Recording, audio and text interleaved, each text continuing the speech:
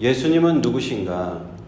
인류의 역사에 수많은 사람들이 품었던 질문입니다. 그 질문에 대한 대답을 성경 오늘 마태복음은 우리에게 주고 계시는 거예요. 오늘은 예수님과 죄사함이라고 하는 주제가 언급되고 있습니다. 한번 말씀으로 들어가서 살펴보도록 하겠습니다.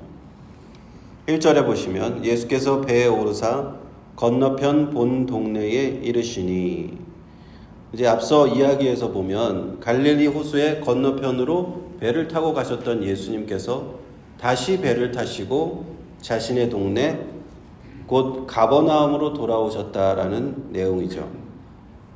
2절에 침상에 누운 병자들을 사람들이 데리고 오거늘 예수께서 저희의 믿음을 보시고 중풍병자에게 이르시되 소자야 안심하라 네 죄사함을 받았느니라.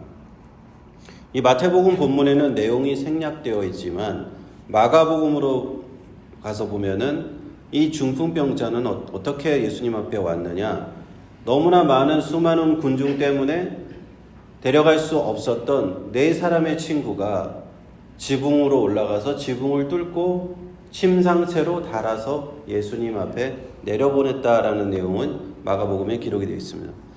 그러므로 이 중풍병자와 네 친구들은 이 사람의 문제, 중풍병이라는 이 사람의 문제, 침상에 누워서 움직일 수조차 없는 이 병든 이 사람의 문제가 예수님 앞에 나아가기만 하면 그 병이 치료될 것이라는 굳건한 믿음이 있었다라는 사실입니다. 그러므로 주님께서는 그 네 사람의 믿음과 중풍병자의 믿음, 저희의 믿음을 보시고 그에게 말씀하신 겁니다. 그런데 그들은 예상치 못한 예수님의 말씀을 듣게 되는데요. 소자야 안심하라 내 죄사함을 받았느니라 하는 말씀이에요. 이 소자야라고 번역된 헬라어 원문 테크논이라고 하는 단어인데 내 아들, 내 아이라고 번역을 할 수 있어요. 경우에 따라서는 어른에게도 성인에게도 사용될 수 있는 매우 친근한 표현입니다. 소자야, 내 아들아, 예수님께서 그렇게 친근하게 얘기하신 거예요. 예수님께서 그 중풍병자를 딱 보셨을 때 그 원인을 곧바로 진단하셨습니다. 그 원인이 어떤 귀신 들린 것인지 아니면 단순한 그것이 질병인지 어떤 다른 원인인지라고 보았을 때 예수님께서 딱 판단하신 것은 그 병의 원인은 바로 그의 죄 때문이었다라는 것입니다. 이 세상에 고통과 질병이 들어온 원인은 거슬러 올라가면 모든 원인은 사실은 아담을 통해 온 모든 인류에게 들어온 원죄, 죄 때문이죠. 그러므로 모든 질병에는 사실 죄의 문제가 기본적으로 그 배후에 깔려 있다라고 생각할 수 있습니다. 죄가 왔기 때문에 우리가 이런 질병과 고통을 겪는 것이죠. 그런데 우리가 하나의 어떤 케이스로 들어가서 어떤 사람이 병에 걸렸습니다. 어떤 사람이 죄를 지었다고 그 사람이 당장 그 다음날 병에 걸리는 것은 아닐 수도 있잖아요. 또 어떤 사람이 병에 걸렸다고 해서 무조건 그 사람의 그 어떤 죄 때문이다라고 연결시키는 것도 또 안 맞는 경우가 있을 수가 있어요. 그런데 중풍병자의 경우는 딱 이런 케이스였다는 거예요. 그런데 많은 경우에 우리가 우리 인생의 여러 가지 문제들, 또 어떤 질병의 문제들, 그런 것들을 볼 때 이 중풍병자와 같은 케이스들이 나오는 거예요. 바로 우리 죄와 연관되어 있는 경우가 많다는 겁니다. 예수님께서는 이 중풍병자를 보시자마자 딱 진단을 내리십니다. 너의 병은 죄 때문이다. 그러므로 그 근본적인 문제, 병의 원인인 죄의 문제를 해결받아야 한다 하시고 그들의 믿음을 보시고 말씀하신 거예요. 소자야 내 죄가 사함을 받았다. 주님께서 말씀을 하시자 3절을 봅니다. 어떤 서기관들이 속으로 이르되 이 사람이 참남하도다. 예수께서 그 생각을 아시고 가라사대 너희가 어찌하여 마음에 악한 생각을 하느냐? 내 죄사함을 받았느니라 하는 말과 일어나 걸어가라 하는 말이 어느 것이 쉽겠느냐? 이 장면을 옆에서 지켜보고 있던 이 서기관들, 율법에 정통한 율법 학자들이 마음속으로 생각했다는 거예요. 이 사람이 참남하도다. 참남하다라는 이제 헬라어 원어는 블레스페메이라는 단어인데 이 단어는 두 단어가 합성된 거예요. 블레토, 명성이라는 단어와 페마이, 말하다는 단어가 합성된 단어인데 하나님의 명성에 대해서 하나님의 명성을 훼손되는 말을 하다 이런 의미로 쓰이는 의미. 영어로도 그대로 이게 단어가 왔어요. blasphemy라는 단어가 지금 영어에 있죠. 신성 모독이라는 뜻입니다. 그 blasphemy라는 단어도 영어에서 그대로 쓰고 있어요. 서기관들은 예수님의 이 말씀 죄 사함을 받았다라는 말을 듣고 이것은 바로 신성 모독이다 라고 얘기해요. 왜냐하면 서기관들이 생각하기에 오직 죄를 사할 수 있는 분은 하나님 한 분뿐이다. 하나님만이 죄인의 죄를 용서하실 수 있는데 어찌 사람의 입에서 죄를 용서해 준다는 말이 나올 수가 있느냐. 그러므로 이것은 신성 모독이다. 블레스퍼메이다. 참남하다. 이렇게 표현이 된 겁니다. 그러자 예수님께서는 즉시 그 마음의 생각을 아시고 너희가 어찌하여 마음에 악한 생각을 하느냐고 그들을 꾸짖으십니다. 서기관들은 예수님의 하는 이것에 어떻게 꼬투기를 잡으려고 자꾸 이걸 지켜보고 있는 거예요. 그리고 그들의 행위를 악하다고 평가를 하시고 즉시 그들에게 대답을 해주십니다. 중풍병자에게 내 죄 사함을 받았다고 말해주는 것과 일어나 걸어가라 하고 말해주는 것이 어느 것이 더 쉽겠느냐라고 반문해 주십니다. 내 죄 사함을 받았다라고 하는 그 말, 그건 굉장한 말이지만 그 말 뒤에는 바로 우리 눈에 보이는 변화는 필요 없는 말이죠. 그렇죠? 그 효력이 일어났는지, 죄 사함의 효력이 일어나는지 안 일어나는지 우리는 눈으로 볼 수가 없잖아요. 그런데 일어나 걸어가라 하는 중풍병자에게 지금 누워서 꼼짝 못하는 그 중풍병자가 뭐 몇 년, 몇십 년 동안 꼼짝 못하는 그 사람이 일어나 걸어가라고 했을 때 그 말의 효력이 당장 나타나야지 안 나타나면 안 되는 말이잖아요. 어떤 말이 더 하기 어렵겠냐라는 거죠. 그 중풍병자에게 일어나 걸어가라고 하는 말이 훨씬 하기 어려운 말이죠. 말씀을 이어서 봅니다. 6절에 그러나 인자가 세상에서 죄를 사하는 권세가 있는 줄을 너희로 알게 하려 하노라 하시고 중풍병자에게 말씀하시되 일어나 내 침상을 가지고 집으로 가라 하시니 그가 일어나 집으로 돌아가거늘. 여기서 인자라는 말이 등장합니다. 인자는 다니엘서에 등장하는 메시아를 의미하는데 다니엘서 7장 13절 14절에 보면 인자와 같은 이라고 하는 말이 나와요. 인자와 같은 이가 고난의 기간을 거친 후에 하나님께 인정을 받고 구름을 타고 와서 옛적부터 항상 계시니 하나님 아버지께 나아가서 왕의 권세를 얻는다라는 것이 다니엘서의 기록이고 그때 인자라는 단어가 등장을 합니다. 이것은 바로 장차 오실 메시아에 관한 예언 구절이죠. 바로 고난을 십자가의 고난을 받으시고 부활 승천하신 후 하나님께 권세를 받으신 예수 그리스도를 의미하는 겁니다. 예수님께서 이 세상에서 죄를 사하는 권세가 있는 줄을 너희들에게 내가 분명히 알려줄게 라고 말씀하십니다. 어떻게 알려주시겠느냐? 중풍병자에게 가장 하기 힘든 말을 해서 그것으로 내가 증명해 주겠다라고 하신 겁니다. 지금까지 마태복음에서 계속 예수님의 권세에 대해서 권위에 대해서 얘기를 해주면서 우리에게 하나씩 그 권위가 드러났었죠.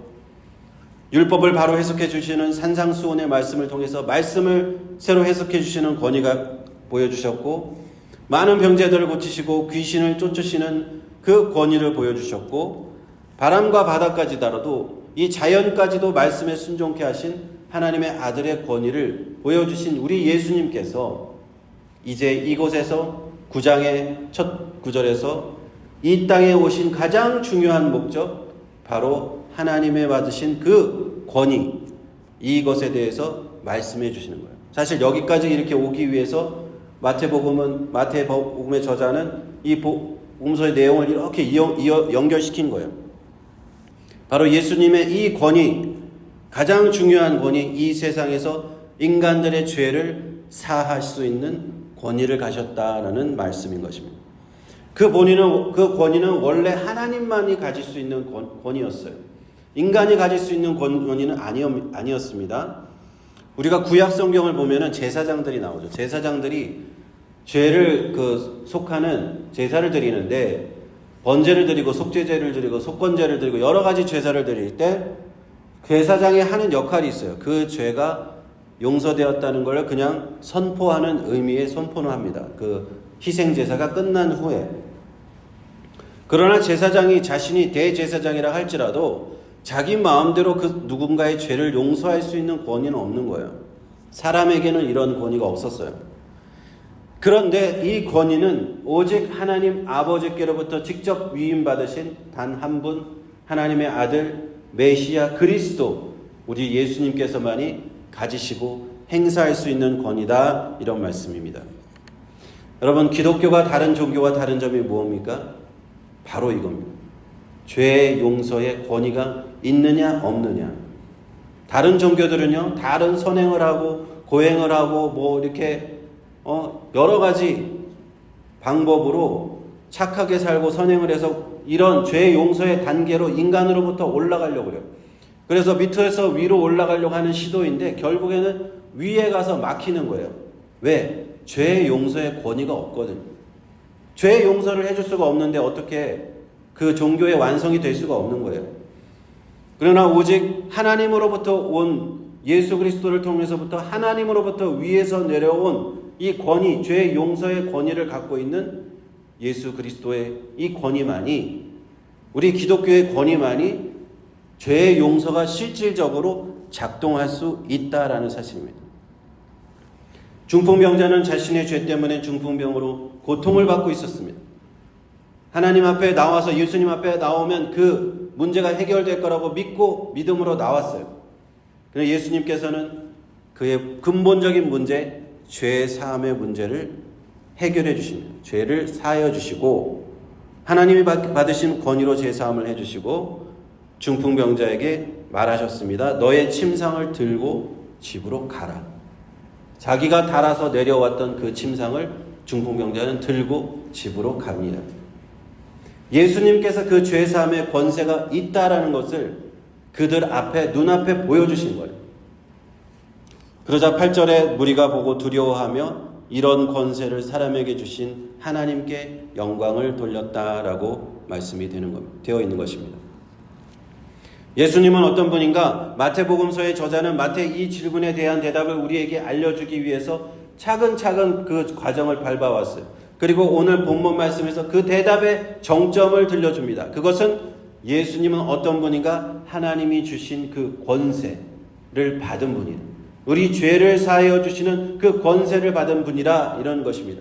중풍병자가 자신의 죄 때문에 병에 걸려 고통받고 있었는데 그 죄를 사하는 권세를 받으신 예수님께서 그 죄를 사하여 주시니까 그 병에서 해방받을 수 있었다라는 사실입니다. 우리의 모습도 이와 같지 않습니까? 우리 모두가 우리의 죄의 문제 때문에 고통받는 인생들이라는 거예요. 모두가 예외가 없습니다. 하나님 앞에 죄의 문제가 먼저 이 해결되지 않으면 어떠한 형태로든 그것이 나타날 수가 있는 거예요. 질병의 문제든 우리를 괴롭히는 어떤 다른 형태의 문제든 이 땅에 살 때 우리는 그 고통이 멈출 수가 없는 거예요. 매우 이것은 현실적인 문제입니다. 실제적인 문제예요. 우리가 이 땅에서 왜 고통이 끊임없이 멈추지 않는가? 죄의 문제가 해결되지 않았기 때문에. 그냥 단순히 이론적인 문제가 아닙니다. 단순히 천국과 지옥의 문제가 아니에요. 당장 여기서 오늘 내가 살아갈 때 왜 문제가 해결되지 않았냐? 죄의 문제가 해결되지 않았기 때문인 것입니다. 죄의 문제는 그러므로 가장 우리에게 시급하게 해결받아야 할 문제인 줄로 믿습니다. 그러므로 우리가 기독교에서 전도를 할 때 이렇게 하는 거예요. 당신은 죄인입니다. 당신의 죄의 문제를 해결받아야 당신의 모든 문제가 해결될 것입니다. 지금부터 영원토록 당신의 문제는 죄의 문제와 연결되어 있습니다. 그러므로 이때 지금 하나님께서 기회를 주실 때 이 세상에서 죄를 사하여 주시는 예수 그리스도께서 오셨으니 이제 마지막 하나님의 심판의 날이 오기 전에 당신이 죄의 문제를 해결받으십시오. 이것이 기독교의 전도인 거예요. 우리 인생의 근본적인 문제, 바로 죄의 문제가 해결되어야만이 그때부터 비로소 우리 영혼은 참 자유를 누릴 수가 있습니다. 사랑하는 성도 여러분, 우리의 인생을 한번 뒤돌아보십시오. 우리가 지금까지 살아오면서 겪은 모든 고통의 문제, 죄의 문제, 질병의 문제, 사실 원인을 따져보십시오. 우리의 죄 때문. 중풍병자가 그랬듯이 죄사함을 받고 그 문제에서 자유함을 얻었듯이 우리도 똑같이 합시다. 예수님께 나아가시고 믿음을 가지고 나아가시고 이 죄의 문제를 해결받으시기를 축원합니다. 예수님께서 십자가에서 피를 흘리셨잖아요. 주님, 예수님 그 피로 나의 죄를 용서하여 주시옵소서. 우리 그렇게 기도하면서 우리 인생을 괴롭히는 모든 문제부터 자유해지시기를 축복합니다. 축원합니다. 기도하겠습니다.